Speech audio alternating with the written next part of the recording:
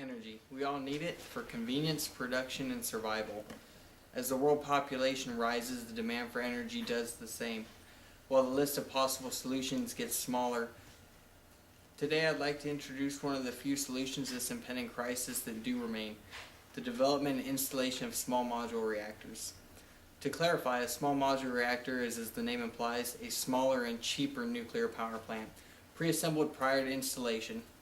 Current nuclear power plants are extremely large, with power outputs typically ranging from 1,000 to 1,400 megawatts.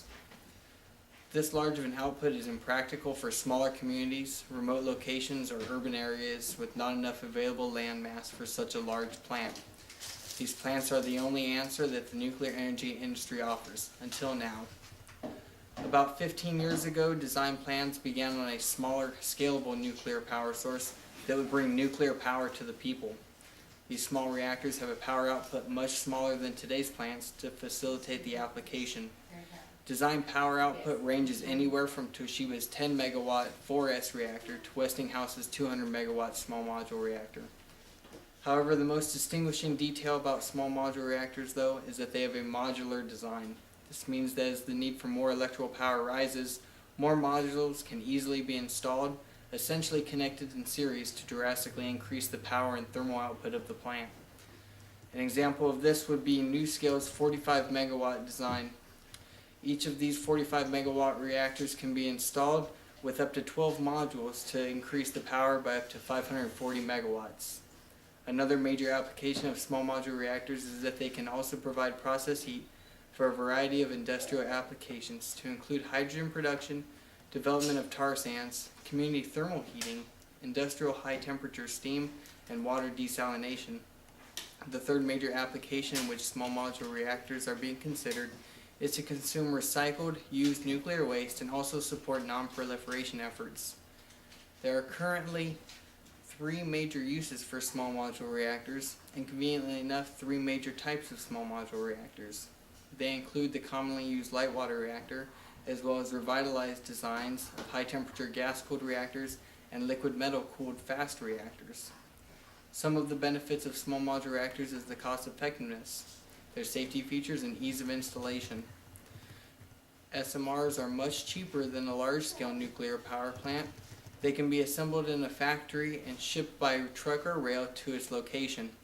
Also, because of their assembly line style, there is a high degree of manufacturer learning that occurs. This means that as more SMRs are built, the cheaper they become because of improved efficiencies.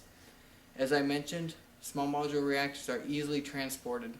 This is a major factor to potential customers because, like I said earlier, the people considering small modular reactors are oftentimes located in hard-to-reach places, be it in a frozen tundra, small island in the middle of the ocean, or mining operations miles away from a major power grid.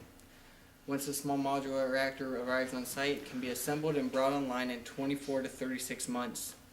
One distinguishing factor about small modular reactors is their use of passive safety features. Current reactor plants utilize active safety features, meaning they require electrical power to cool the reactor and prevent damage to the reactor.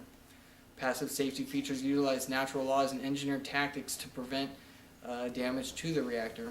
One of these is utilizing natural circulation to constantly remove decay heat, and also large water supplies that can keep the reactor cool in excess of a week with no operator action whatsoever. The U.S. is expected to require more than 300 gigawatts of new capacity by the year 2030. Small modular reactors would be a great supplement to this daunting number, as well as a huge blessing to the communities and operations that would benefit highly from this concept. Recognizing the imminent problem that would be presented to this country, the U.S. government has approved funding of over $400 million to advance two SMR designs so that they may be operating by the year 2020. It is expected that after the first couple of designs are approved, the others will follow in rapid succession, with a conservative estimate of over 300 small modular reactors operating globally by the year 2030. This also provides a great benefit to the economy, with so many of these SMRs being manufactured here within the U.S. Small modular reactors provide incredible possibilities for communities. However, there are still many obstacles before the first module rolls off the assembly line.